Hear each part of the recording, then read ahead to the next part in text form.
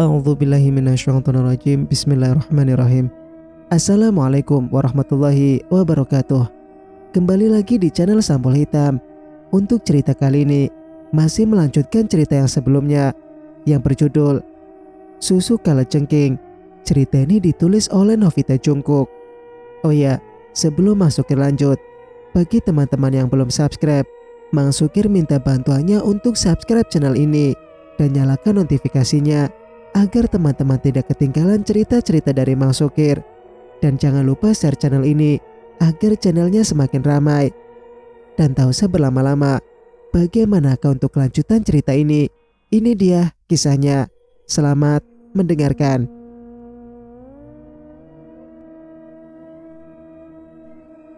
Hidangan makan siang agak lumayan banyak menunya.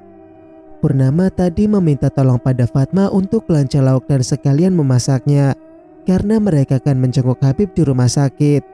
Umi juga perlu makan di sana karena Habib harus dirawat selama 3 hari.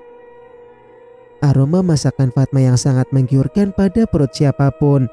Purnama sudah makan duluan dengan porsi yang lumayan banyak karena dia sedang menyusui. Tak lama Arya dan Zidan masuk ke dapur usai sholat zuhur di masjid tadi. Mereka duduk di meja makan bersama sambil ngobrol banyak tentang apa yang sudah terjadi. Apalagi sekarang Habib sampai harus dirawat karena lukanya lumayan parah. Insya Allah habis asar nanti aku kau ke sana, Mas, ujar Arya. Habis maghrib saja, Ar. Jadi bisa gantian sama yang lain untuk berjaga. Nanti Mas juga ke sana selepas Isya untuk menjaga Abi, ucap Zidan. Oh, ya sudah kalau begitu. Berarti aku masih bisa mengantar laundry itu dulu, angguk Arya. Mas Arya jangan bekerja dulu. Biar saya saja yang mengantar nanti, cegah Fatma sambil meletakkan bakwan jagung. Zidan menatap heran karena adik iparnya dilarang kerja. Dia memang tidak tahu bahwa Arya terluka parah. Memang dia belum sempat banyak bertanya karena pikirannya yang runyam akibat Habib sakit. Shh. Purnama meletakkan jarinya di bibir memberi isyarat agar suaminya diam dan tidak banyak bertanya. Fatma yang kelepasan karena melarang Arya pun jadi menunduk malu. Arya terlihat biasa saja. Dia malah asik mengunyah bakwan. Ayo kita makan. Nanti masih istirahat yang cukup biar nanti malam tidak kelelahan menjaga Abi, ujar Purnama. Iya sayang, jawab Zidan penuh kelembutan. Mendengar suara Zidan yang penuh kelembutan kepada istrinya, pikiran Fatma jadi melayang kemana-mana. Membayangkan bila dirinya berumah tangga dengan Arya, pastilah Arya akan selembut itu kepadanya. Sekarang saja belum punya hubungan apa-apa, suaranya sangat lembut dan sopan. Fatma tak pernah melihat Arya berbicara kasar ataupun membentak. Astagfirullah, apa yang sudah kupikirkan? Fatma menggelengkan kepalanya. Kenapa kamu, Fatma? Arya malah bertanya karena heran melihat Fatma. Tidak, hanya terasa berat saja kepala saya, dusta Fatma. Mendengar jawaban Fatma, Arya pun tidak bertanya lagi. Dia sibuk menyantap sop dan juga daging empal masakannya Fatma. Terasa cocok di lidahnya. Beda dengan masakan Purnama yang rasa pedasnya sangat keterlaluan. Karena Purnama sangat menyukai rasa pedas. Iya, masakanku pedas semua. Makanya besok kalau cari istri yang pintar masak, sindir Purnama. Arya lupa bahwa kakaknya bisa membaca pikiran orang. Dia pun tersenyum malu sambil menggigit dagingnya. Zidan juga tersenyum melihat kelakuan istri dan adik iparnya yang jarang akur bila sudah bersama. Mereka akan sering debat panas. Loh, kok Fatma mau pergi? Tanya Zidan ketika Fatma membawa sepiring nasi dengan lauknya juga. Saya makan di tempat laundry saja, jawab Fatma. Gabung saja sini. Ngapain kau makan di sana? Ucap Purnama. Nggak usah, Mbak. Siapa tahu nanti ada pelanggan yang datang. Saya makan di sana saja, tolak Fatma cepat. Seandainya saja Arya yang mencegahnya pergi, sudah pasti Fatma akan duduk dan makan bersama mereka. Namun pemuda itu diam saja. Dia seolah tidak peduli Fatma mau makan di mana saja. Memangnya apa yang kau harapkan, Fatma? Dia tidak akan peduli padamu. Cintamu harus kau buang, ujar hati Fatma. Memang sangat sakit ketika cinta tidak mendapat respon dari orang yang kita cintai. Baru pertama kali jatuh cinta, namun sudah harus merasakan pahitnya kegagalan, bahkan layu sebelum berkembang. Tidak perlu sakit hati. Harusnya aku yang sadar diri sejak awal. Mantan istrinya saja secantik itu. Mana mungkin seleranya akan turun kepadaku, ucap Fatma sendirian sambil menyuapkan nasi ke mulutnya. Untuk menghilangkan rasa sakit memang adalah pelariannya pasti pada makanan. Fatma makan dengan lahap sambil menatap pekerjaannya yang masih bertumpuk. Antaran juga ada 10 bungkus. Beratnya bermacam-macam. Gadis itu naksir sama adiknya Purnama kan? Iblis hitam berbisik pada Rohkul. Sepertinya iya. Kasihan sekali dia. Jati landak menatap Iba. Aku penasaran dengan wajahnya itu. Ayo kita intip sedikit, ajak iblis hitam. Kau sudah tua pun masih kegatalan. Wajahnya itu tidak boleh dilihat oleh orang lain. Cuma suaminya kelak yang boleh, seru Jati landak. Iblis hitam manggut-manggut tanda mengerti. Mereka asik menggosipkan Fatma yang sedang makan. Tiba-tiba saja Fatma menoleh ke arah mereka. Tentu saja dua hantu ini jadi kaget. Masa siang-siang begini aku merinding, keluh Fatma. Masa siang-siang begini aku merinding, keluh Fatma. Kedua iblis itu tertawa lega karena Fatma tidak bisa melihat wujud mereka berdua. Mungkin gadis itu hanya bisa merasakan saja kehadirannya. Singkat cerita, Purnama mendengarkan kakaknya yang bercerita dengan serius. Tampak Maharani sangat bersemangat saat bercerita karena merasa gosipnya ini masih hangat dan baru. Pastilah nanti Purnama akan terkesiap. Lah terus memangnya kenapa? Tanya Purnama santai sambil memakai bedak. Kok kenapa sih Pur? Kamu kan habis nolongin Sari. Ya selidikilah siapa hantu itu, seru Maharani. Kan itu tugas kakak. Kenapa malah menyuruh aku? Double banget kerjaanku kalau harus menyelidiki juga, ujar Purnama. Maharani berdecak kesal karena memang biasanya dialah yang bertugas untuk menyelidiki. Purnama hanya tinggal ACC saja setan yang bergentayangan itu. Kenapa? Kakak takut? Tanya Purnama. Bukan cuma takut. Dia itu sangat kuat, Pur, cemas Maharani. Makanya selidiki dulu. Namanya siapa dan asal dari mana? Kenapa dia bisa ke sini dan mendatangi rumahnya Sari? Ujar Purnama menatap kakaknya. Mendengar perintah adiknya, Maharani malah bergulung-gulung di kasur sambil menendang-nendang udara.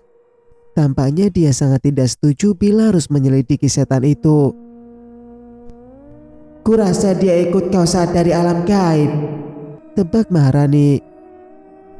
Makanya diselidiki Maharani, supaya kita tahu asal-usulnya. Purnama memegang kepala kakaknya.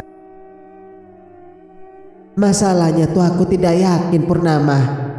Baru melihat dari kejauhan saja aku sudah bisa merasakan dendam yang sangat kuat, seru Maharani. Ajaklah hantu yang kubawa itu, suruh mereka bekerja, ucap Purnama. Maharani ingat dengan hantu yang adiknya bawa. Bila mereka bisa digunakan, maka akan lebih bagus daripada hanya menganggur saja. Singkat cerita, di tempat lain, Nilam terlempar dan nyangkut di atas pohon kelapa depan rumahnya Sari. Hantu penuh dendam itu melibas dengan satu serangan saja. Sangat tidak sepadan dengan kekuatan Nilam. Pocong tidak rela melihat teman barunya dilukai seperti itu. Cih! Ludah pocong menyembur keluar dari mulutnya yang robek besar. Namun hantu wanita ini bisa dengan cepat menghindarinya dan terbang melepaskan tendangan di pantatnya pocong. Kok lebay sekali suara dia. Masa ndak ada garang-garangnya sih? Rutuk Nilam sambil berusaha bangkit. Aku peringatkan pada kalian, jangan berani ikut campur urusanku, atau kalian akan binasa selamanya. Ancam hantu wanita. Kau tidak akan bisa membinasakan aku. Bosku sangat kuat. Lihat saja kau nanti. Pasti akan bersujud di kakinya. Geram Nilam. Ketika hantu wanita itu menggeram ingin menyerang kembali, Nilam segera terbang menarik cambulnya pocong untuk segera meninggalkan rumahnya Sari. Hantu wanita itu sama sekali tidak mengejarnya, karena dia tidak ingin mengganggu orang lain. Kini Nilam dan pocong sudah tiba di rumahnya Purnama. Dia berjalan tergesa-gesa dan masih menarik cambulnya pocong. Bahkan pocong itu pasrah saja ketika tubuhnya diseret. Maharani dan Purnama menatapnya heran karena kelihatan sangat tergesa-gesa. Kau harus membalaskan perbuatan dia padaku, Pur. Masa aku dilempar di atas pohon kepala? Adu Nilam. Memangnya ada pohon kepala? Tanya Maharani. Kelapa maksudku. Hantu itu sangat kurang ajar. Padahal dia pendatang baru. Seru Nilam sangat kesal. Sebenarnya inilah salah kalian. Kenapa pula kalian berkeliaran di sana dan mengganggu dia? Terserahlah dia mau mengikuti Sari atau bahkan mau membunuhnya. Jawab Purnama enteng. Loh kok gitu ngomongnya? Katanya kakak mau jadi orang baik. Arya menerobos masuk. Iblis hitam dan juga Rokul juga masuk. Mereka penasaran dengan obrolan yang sangat menarik ini. Gabu juga mau ngapain? Mau gentayangan pun hari masih siang. Abi kan memintaku hanya untuk membuang susu kalajengking. Kalau sekarang ada setan lain yang mengganggunya ya bodoh amat lah. Jawab Purnama. Kak, ketika kita mau jadi orang baik, walau bukan disuruh pun, kita akan menolongnya. Sama seperti ibu dulu. Memangnya siapa yang menyuruh dia untuk mengurus kita? Tidak ada kan? Tapi dia tetap melakukannya dan memberikan kita kasih sayang. Nasihat Arya sangat bijak. Purnama kalah jauh bila soal kebijakan dari adiknya. Arya memang begitu baik dan bijak. Tutur sapanya juga sangat lembut. Walau sebenarnya dia juga punya sisi yang kelam bila sudah terlalu marah. Kau terus saja membawa nama ibu. Bilang saja kau mau menolong mantan istrimu itu. Ya sudah, sanalah kau bantu dia. Sewot Purnama. Bukan begitu, Kak. Meski itu orang yang tidak kenal pun, aku pasti membantunya bila bisa. Ujar Arya. Terserahlah. Aku masih pusing juga mikirin Abi.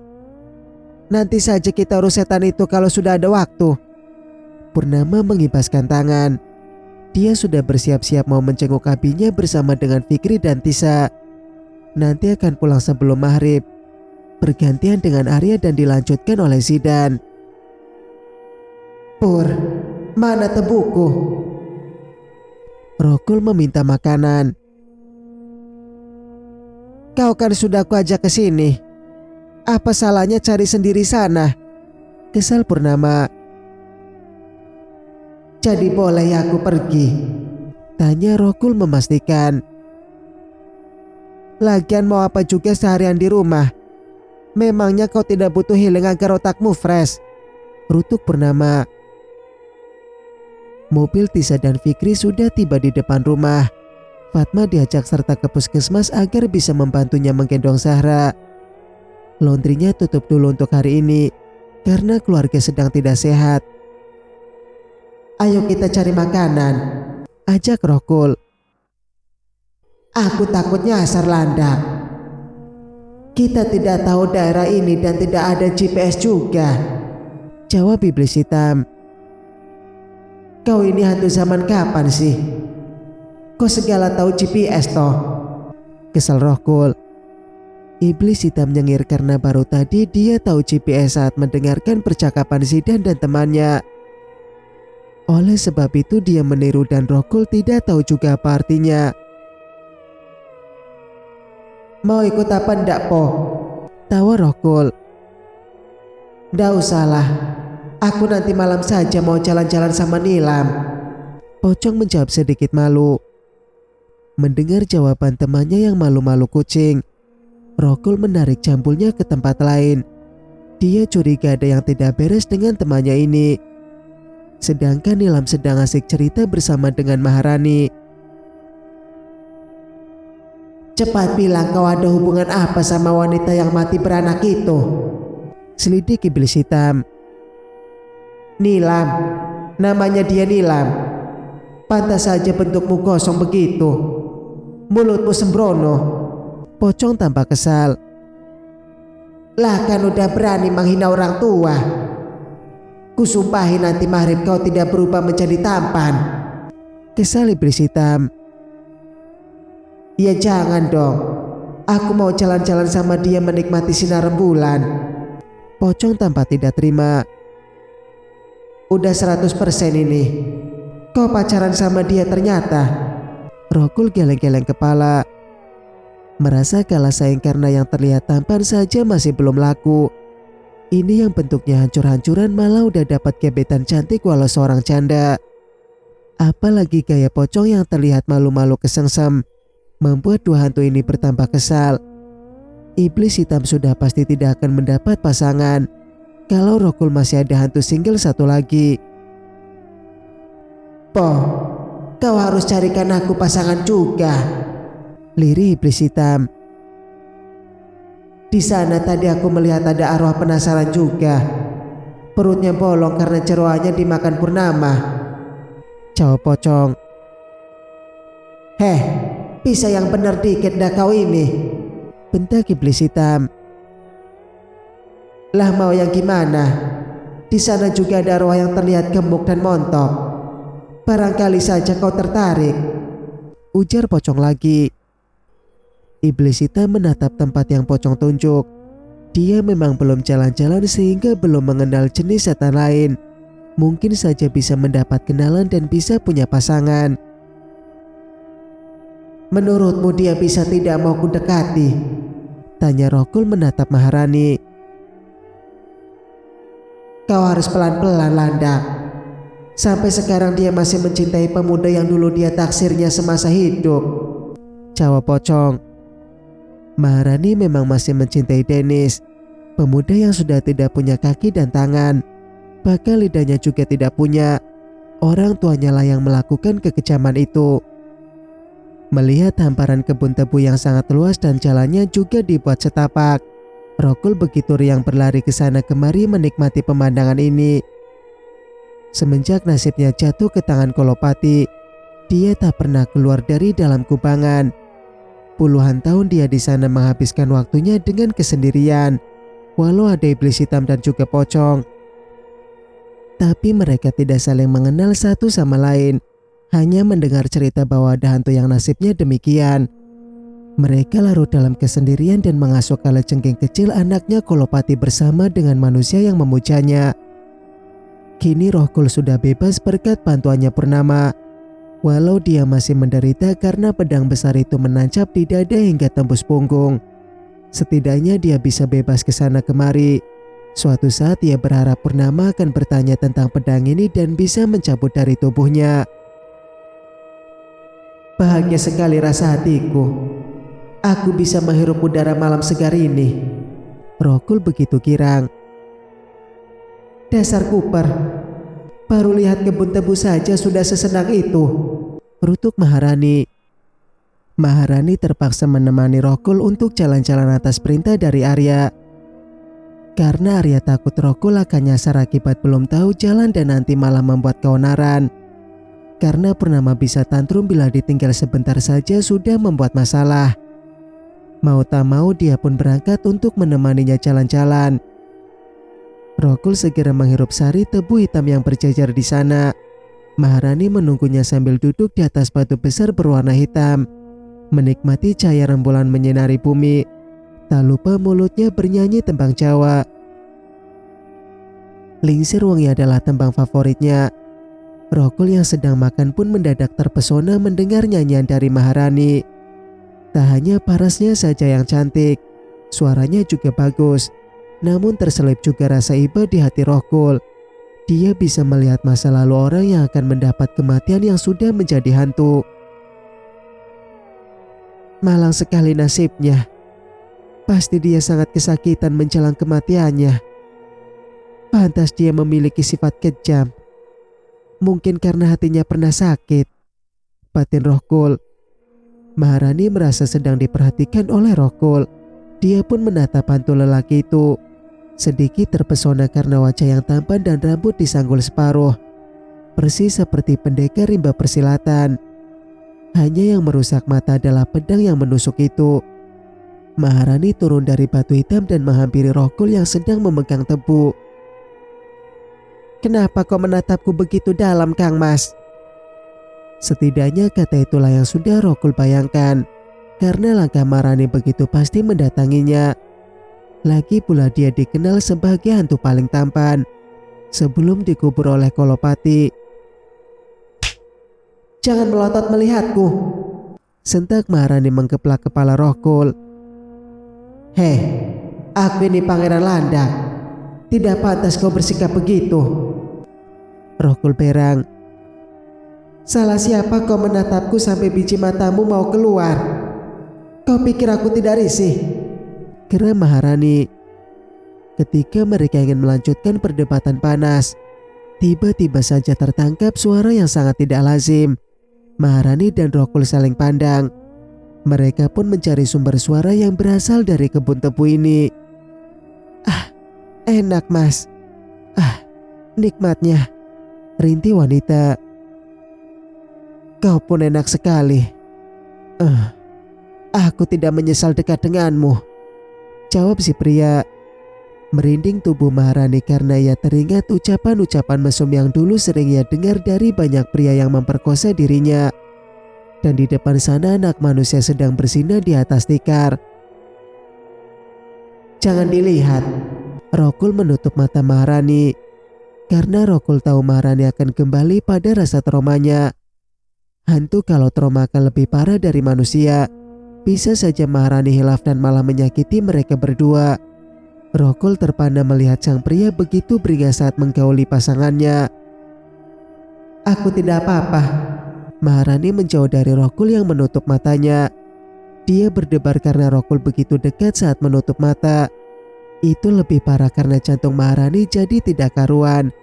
Karena hantu wanita ini tidak mau tergoda oleh hantu manapun. Dia ingin setia dengan pria bernama Dennis. Fahira dan Cakra bukan sih? Maharani tanpa mengenali kedua orang itu. Maharani pun mendekat untuk memastikan siapa mereka.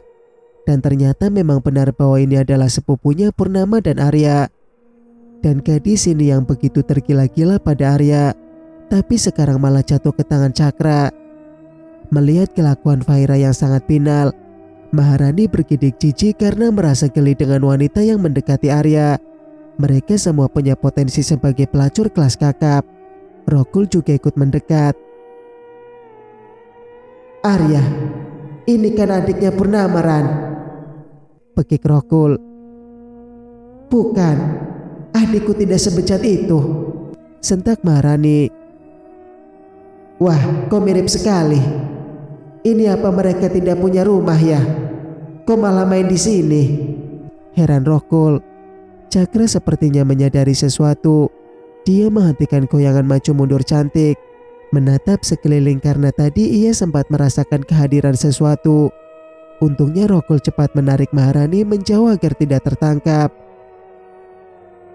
Aduh, kok berhenti sih sayang? Aku mau keluar nih, rajuk Fahira. Tadi pantatku digigit nyamuk. Mau keluar beberapa kali pun pasti aku ladeni kok, jawab Cakra. Desahan laknat kembali terdengar karena Fahira sangat puas dengan permainannya Cakra yang amat brutal. Hubungan mereka memang sudah sejauh ini karena mereka berdua sama-sama gatal. Tidak dapat Arya maka Cakra pun jadi juga. atau wajah mereka agak miripan, bahkan terlihat sama bila dilihat sekilas. Maka dari itu Fahira pun menerima saja, walau di hatinya masih berharap tentang Arya. Yang cowok itu siluman burung hantu. Pasti dia bisa melihat kehadiran kita, bisik Rohkul. Ya sudah, biarkan saja. Ayo kita pergi dari sini, ajak Maharani. Aku tidak mau pulang dulu. Bosan di rumah terus. Rohkul masih ingin jalan-jalan. Makanya ayo ikut aku. Rohkul mengikuti Maharani. Pasti gadis ini tahu banyak tempat yang bagus, karena dia warga asli. Sedangkan Rohkul adalah pendatang. Yang membuatnya kaget adalah begitu banyak roh lain yang sedang gentayangan. Ada di antara mereka yang sudah disucikan. Namun banyak juga yang gentayangan karena tidak terima dengan kematiannya. Maharani terbang ke sana kemari dengan santai, padahal banyak yang menatapnya tidak suka.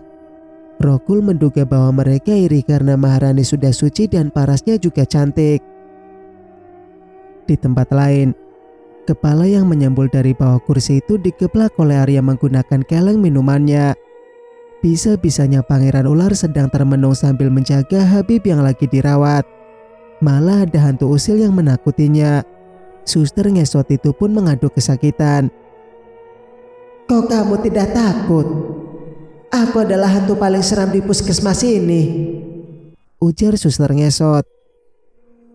Tidak ada yang menandingi keseraman kakakku, jawab Arya santai. Sebenarnya kamu ini apa? Kok kamu tampan dan energimu juga sangat bagus? Suster ngesot jadi penasaran. Setan level rendah tak perlu tahu siapa aku, jawab Arya cuek. Suster ngesot pun merenggut masam karena tidak mendapatkan jawaban. Padahal dia sangat penasaran melihat Arya. Bahkan dalam dadanya ada sesuatu yang bersinar berwarna biru. Itu adalah batu ular yang sejak lahir ia bawa. Kau jangan menakutinya, Sumiati. Bahkan bila perlu kita harus berbuat baik padanya, ujar hantu yang berwajah hancur. Kenapa? Sumiati tak paham. Dia bisa menyempurnakan arwah penasaran seperti kita. Aku ingin tenang dan menjadi arwah suci, ujar hantu muka hancur. Tidak. Arya langsung menolak sambil mengangkat tangan ketika dua hantu itu mendekatinya lagi dengan wajah yang sangat ramah. Karena Arya tahu ada udang di balik batu dengan keramahan mereka tersebut. Jangan ikuti aku. Kepalaku sudah mau meledak mengurus setan yang ada. Tolong jangan menambah bebanku, tolak Arya. Tolonglah kami, pangeran. Apa kau tidak kasihan padaku? Aku mati saat mau menikah. Orang yang menabrakku sampai sekarang tidak ketemu karena dia orang berpangkat. Hantu muka hancur yang ternyata adalah calon pengantin itu terlihat sangat sedih. Hah? Apa kau Pramono yang kecelakaan dulu bersama dengan Nisa? Kaget Arya. Iya, wanita itu sudah tenang dan hidup damai di surga dengan calon bayinya, jawab Pramono. Alhamdulillah, pasti berkat doa Aska yang tak pernah putus. Arya mendesah lega. Aku jadi ingin damai seperti itu, pangeran. Calon istriku saja sekarang sudah menikah dengan adikku. Kenapa aku tergantung-gantung antara bumi dan langit? Pramono menangis sedih. Sepertinya ada yang Arya tahu tentang Pramono. Namun berat pula dia mau mengatakannya. Tapi bila tidak dikatakan, kasihan melihatnya yang sedih itu akibat kecelakaan yang amat tragis dengan truk bersama Nisa juga yang menjadi korban. Karena kau mendapat kutukan, kau menanggung dosa dari bapakmu, jawab Arya. Dosa apa yang sudah bapakku buat? Kenapa aku harus menanggung dosa orang tua sialan itu? Teriak Pramono menangis histeris. Sumiati berusaha menenangkan temannya. Pramono berkeliaran di sini karena dia meninggalnya di puskesmas saat akan diselamatkan. Bapakmu ikut andil memperkosa kakakku yang bernama Maharani. Karena kutukan itulah suruhan keluargamu tidak akan tenang. Sebaiknya kau minta maaf padanya secara langsung, ucap Arya. Dasar lelaki kejam. Kau yang memperkosanya, tapi aku yang menanggung derita ini, isak Pramono. Aku akan membuat janji temu dengannya. Kau cobalah meminta maaf dengan tulus, saran Arya. Tolong temukan aku ya pangeran. Aku akan berusaha meminta maaf pada dia. Aku tidak tahu apa-apa atas tragedi itu. Pramono berlutut di kakinya Arya. Arya mengangguk dan segera bangkit, karena kini Zidan sudah datang untuk menunggu abinya. Dia berangkat pulang setelah berpamitan, dengan santai mengendarai motornya. Pantas saja kau sangat menderita, Pram. Ternyata karena ulah bapakmu, cetus Sumiati. Semasa hidup dia terus meminta uangku. Setelah mati sama-sama pun dia masih menyusahkan aku juga, kesal Pramono. Semoga saja pangeran bisa menolongmu dan gadis itu bersedia memaafkan, harap Sumiati. Kedua hantu itu pun mengintip ke dalam ruangan Habib untuk membalas jasa Arya. Pramono berjaga di depan pintu agar tidak ada hantu usil yang mendatangi kamar Habib. Cerita pun bersambung. Nantikan kelanjutan ceritanya di video berikutnya. Mang Sukir pamit. Wassalamualaikum warahmatullahi wabarakatuh.